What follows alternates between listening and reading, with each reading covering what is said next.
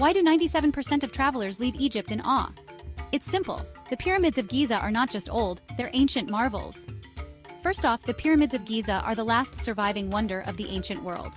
Picture this, massive limestone structures, engineered so precisely that they've stood the test of time, all while keeping their secrets and treasures tucked inside.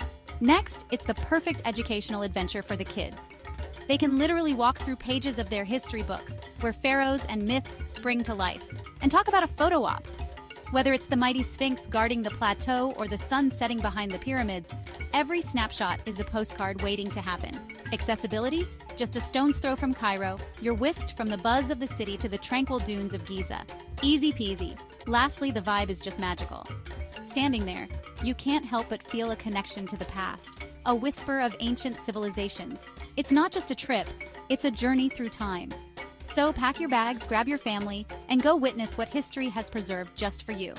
The pyramids of Giza aren't just a wonder, they're a family memory waiting to happen. See you in Egypt.